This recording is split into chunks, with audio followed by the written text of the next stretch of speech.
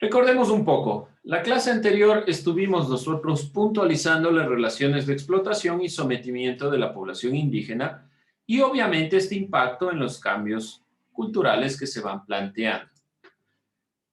El día de hoy vamos a ver la evangelización y extirpación de idolatrías, pero antes de eso es necesario hacer un recuento de la clase anterior. Yo les pedí que revisen un poco y que sinteticen qué era la mita, la encomienda, el diaconazgo, el concertaje, como elementos de explotación y sometimiento. No se olvide, si usted hace un resumen, por favor, ese resumen planteado desde las perspectivas que se han pedido dentro de la clase. Vamos a ir nuevamente, simplemente sintetizando. Ayúdeme, a ver, vamos a ver, señor Llanos, ¿qué era la mita colonial?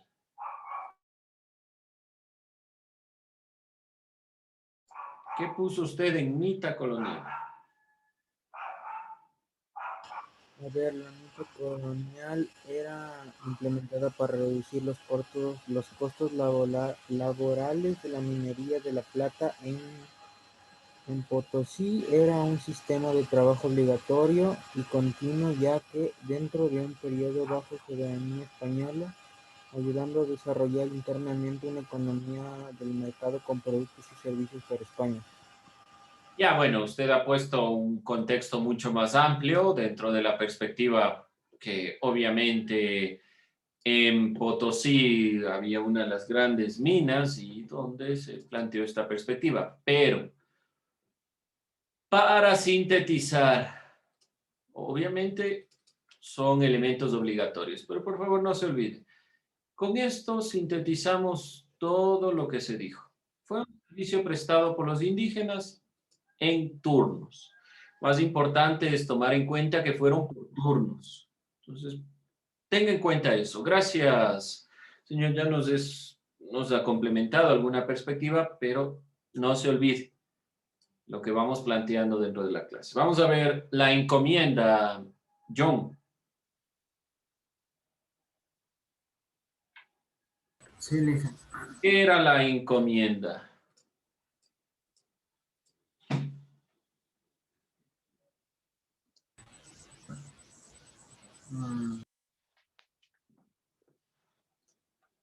¿Qué era la encomienda? No sé, licenciado. ¿No? ¿Se acuerda? No puntualizó. Bueno, vamos a ir revisando, no hay problema. Yo lo puedo decir. Claro que sí, vamos, Anthony. ¿Qué era la encomienda? Fue uno de los sistemas de trabajo que los españoles impusieron acá, en América Latina. Ya, pero ¿cuál es la característica de la encomienda diferente de la mita? Era que eran considerados súbditos esclavos libres, algo así.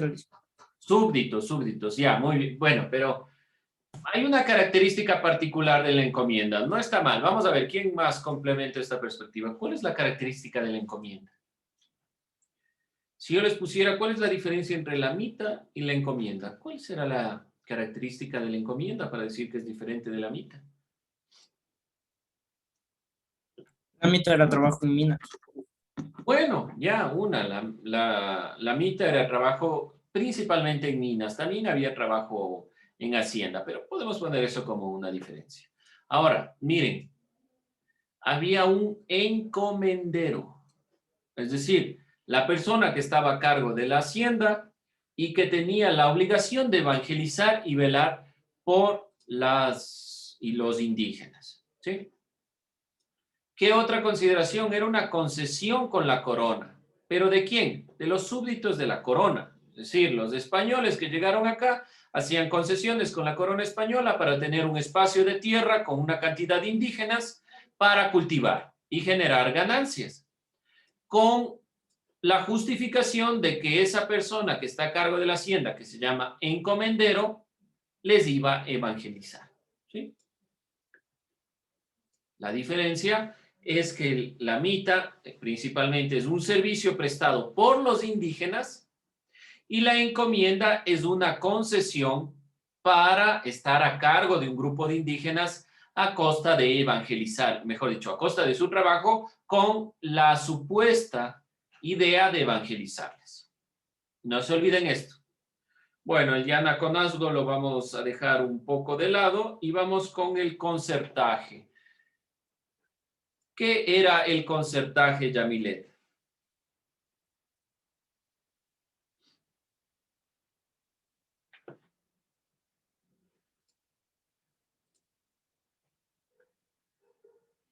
Concertaje. ¿Qué era?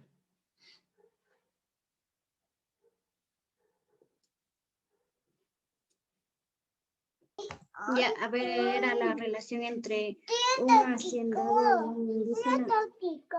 Bueno, vamos a ir puntualizando esto. Obviamente era la relación entre un hacendado y un indígena. Pero ¿cómo se daba esta relación, señor Camacho? ¿Cómo funcionaba esta relación? ¿Qué debía dar el indígena? ¿Qué daba el hacendado?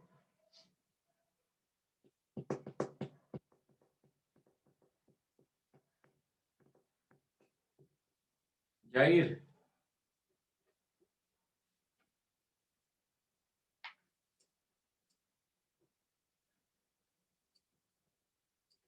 Vamos a ver esta imagen para que se acuerde. ¿Qué pasaba? ¿Qué daba el hacendado y qué daba el indígena?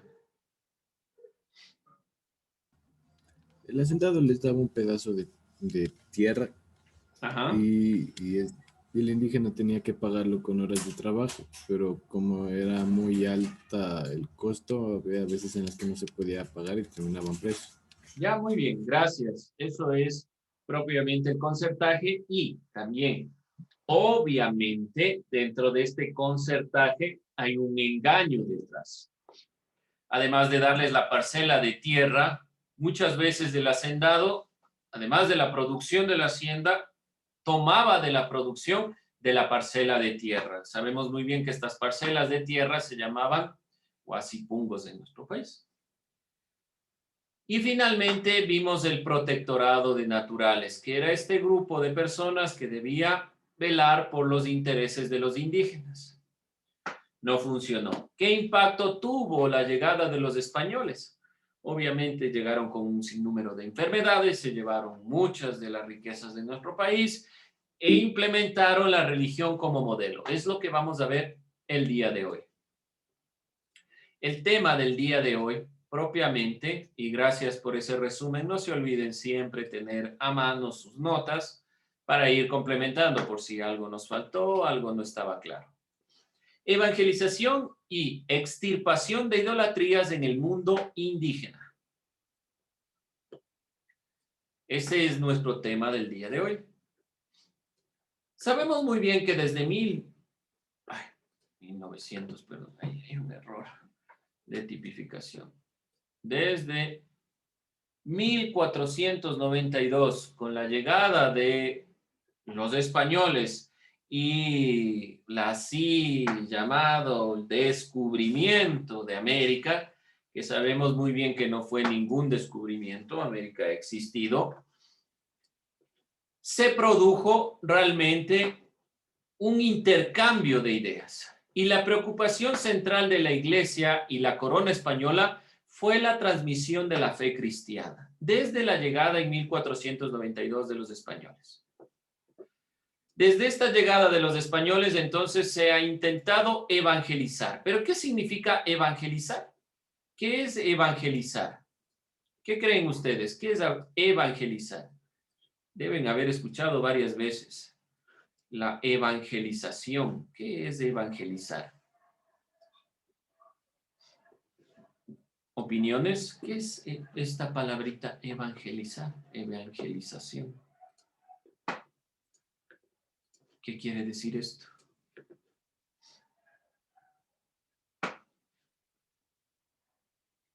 Difundir el cristianismo. Infundir el cristianismo, imponer sobre todo el cristianismo, borrar todo tipo de religión que vaya en contra del cristianismo, específicamente en nuestro territorio, una parte del cristianismo que se llama catolicismo, la religión católica. Bien, La evangelización en América es un proceso político e ideológico. ¿Por qué es político? ¿Por qué político? Sabemos que es ideológico porque se impone una idea, la idea de Dios y de la existencia de Dios y todos estos elementos. Pero ¿por qué político? ¿Qué creen ustedes? ¿Por qué será político?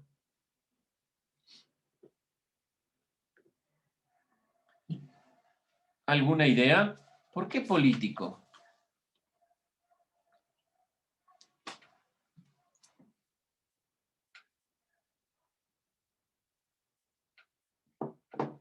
Si hablamos de religión, ¿la religión tiene que ver con la política? En esta época, por lo menos. ¿Qué me dice el señor Zapata? Alexander. ¿Qué cree usted? ¿Por qué político?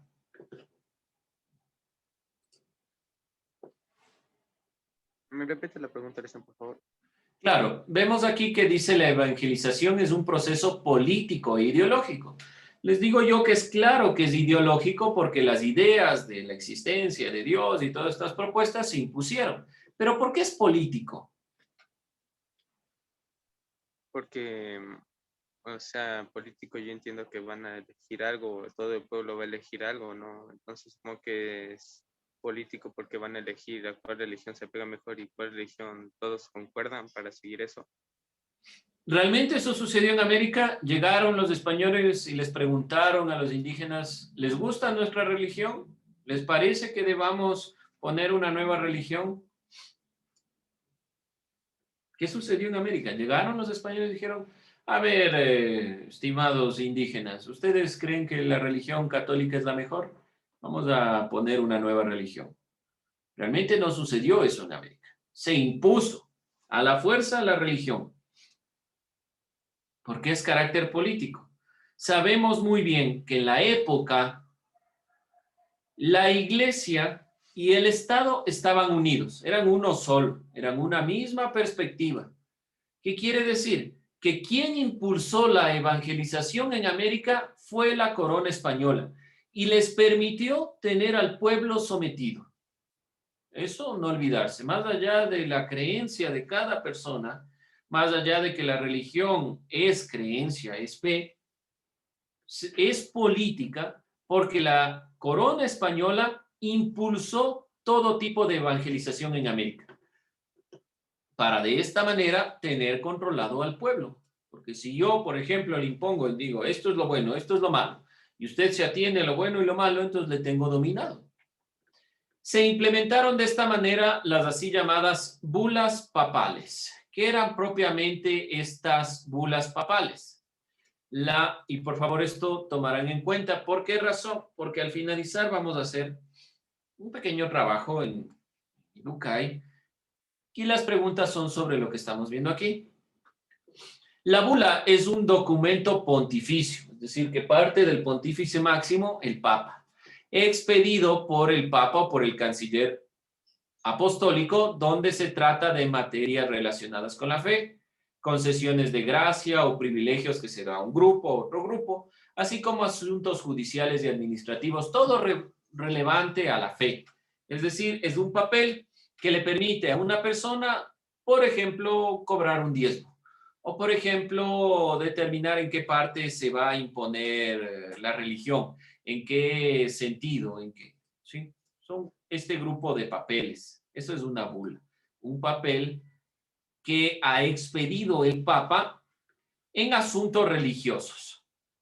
La corona española cobró los diezmos y las demás funciones se encargó la iglesia. Por eso también es político, porque se dividieron las funciones entre la iglesia y el Estado. El Estado, en este caso la corona española, cobró los diezmos y otro tipo de funciones de evangelización, impartir la religión, imponer, guiar, eliminar las idolatrías que estaremos viendo, fue parte de la función de la iglesia. ¿Cuál fue el objetivo de la evangelización? Sacarlos de sus creencias animistas y politeístas. Los españoles creían que la religión andina era una religión pagana, que hacía o generaba culto a la naturaleza, lo cual no era permitido en esa consideración y había que plantearnos la posibilidad de un solo Dios. Sabemos muy bien que hay algunos elementos que en realidad se parecen mucho a esta consideración del Dios Sol y todas estas perspectivas no se van a eliminar del todo, pero ese fue el objetivo de la evangelización. Además, en principio, la evangelización fue de carácter rápido y superficial. Se intentó bautizar a la mayor cantidad posible de indígenas. Ese fue el objetivo principal, que sean católicos la mayor cantidad de indígenas. Pero después se crearon instituciones que vinculaban la tarea evangelizadora con lo económico. Llegaron los españoles y los religiosos lo que querían al principio es que todos conozcan la palabra de Dios y que todos principalmente puedan ser bautizados dentro de esta nueva fe. Esa era la perspectiva, por eso se crearon misiones, se crearon congregaciones religiosas para impartir la posición de la religión. Pero después, a través de las instituciones, se instauró la evangelización como un sistema económico, como una perspectiva netamente económica. Vamos con la extirpación de idolatrías dentro de esta temática. Cuando hablamos de la extirpación de idolatrías, se refiere a que la evangelización fue llevada a cabo primero durante todo el siglo XVI. Y extirpar idolatrías quiere decir quitar todos estos objetos que eran propios de la religión o de las creencias antiguas.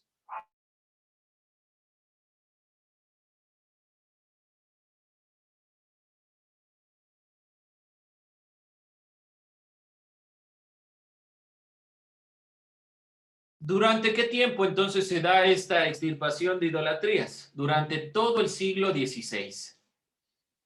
Durante el siglo XVI llegan los españoles, primero instauran toda la conformación de las colonias, van imponiendo la religión católica y en este siglo XVI se va quitando todo este tipo de ídolos, símbolos de madera, de demás elementos que realmente estaban dentro de la perspectiva de lo que los religiosos creían que era politeísta o animista, es decir, ver a los objetos como que tuvieran vida. Durante el siglo XVIII, Francisco de Ávila generó ya propiamente lo que se llama extirpación de idolatrías. ¿Qué pasó? ¿Cuál fue el problema? ¿Por qué generar dos procesos? Si ustedes se dan cuenta, hay dos procesos. Primero, el del siglo XVI, que fue llevar a cabo toda esta evangelización. Es decir, que se creía que era suficiente el siglo XVI para que todos los indígenas puedan evangelizarse y seguir la religión católica. Sucede que se dan cuenta de que muchos de los indígenas todavía conservaban sus ídolos. Por lo tanto, fue necesario generar una segunda parte de la evangelización. Esta segunda parte de la evangelización fue llamada extirpación de idolatrías. Tiene su inicio en el siglo XVII-XVIII. Las autoridades habían creído realmente durante el siglo XVI y XVII que el Nuevo Mundo estaba cristianizado. Realmente no funcionó. No fue del todo correcto. Entonces, entre 1607 y 1610, cerca de Lima, el padre Francisco de Ávila descubrió que se escondían estatuillas de ancestros y amuletos. Esos son propiamente las idolatrías. El sacerdote indígena Hernando Paucar, el difusor de estas creencias milenarias, fue quien se encontró con estos elementos y se generó esta campaña de extirpación de idolatrías. Se llevó todos estos objetos para ser quemados. En acto masivo y simbólico en Lima fueron colocados todos los objetos de la religiosidad indígena y Hernando Paucar fue juzgado y sentenciado. Vamos a la siguiente clase a retomar desde esta parte, pero es importante que tomen en cuenta. En la siguiente clase vemos el video y realmente comenzamos desde aquí. este paso del tiempo por ahora no lo vamos a anotar, lo estaremos puntualizando en la siguiente clase. ¿Qué me interesa que ustedes tomen en cuenta? Primero, que la evangelización comenzó en el siglo y duró todo el siglo XVI y comienzos del siglo XVII. Se creía que ya estaba evangelizado el territorio, estaba cristianizado, pero entre 1607 y 1610, el padre Francisco de Ávila descubrió una serie de estatuillas que estaban o que se les adjudicó al sacerdote indígena Hernando Paucarza. Puede ser que haya sido como no, pero a él se le adjudicó. Entonces se vio la necesidad de generar un nuevo proceso de evangelización. ¿Cómo se llamó este nuevo proceso de evangelización? Se llamó extirpación de idolatrías, que se dio durante este siglo, principalmente el siglo XVIII, cuando en el siglo XVII también hay algunos elementos que se van puntualizando. Este siglo XVII. ¿Sí? ¿Alguna duda, alguna inquietud? Siglo XVII aquí, perdón. Siglo XVII, por si acaso. 17.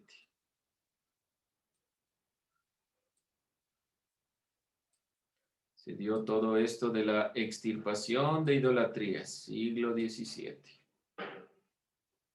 Bien, jóvenes, vamos a quedarnos ahí. Estaré enviándoles un trabajo conforme vayamos complementando esta perspectiva de la consideración de la extirpación de idolatrías. Entonces se irán puntualizando algunos elementos relevantes dentro de la clase. Si no tienen dudas, preguntas, inquietudes, no se olvide cuál era nuestro tema: evangelización y extirpación de idolatrías, que se produce realmente durante todo el siglo XVI, la evangelización, y la extirpación de idolatrías del siglo XVII. Toda esta consideración a través de tener un dominio y un control de los pueblos indígenas. Vamos a ir cerrando aquí, voy a tomar lista. Y no se olvide estar al tanto de las indicaciones también en la plataforma en base a los trabajos. Quien falte trabajos, quien necesite subir, no se olvide, suba nuevamente sus trabajos y me avisa. Quien necesitaba mejorar, que les mande un trabajo, el día de mañana a la última hora nos conectamos. Ya les indico cuál es el link para esta consideración en la hora de refuerzo.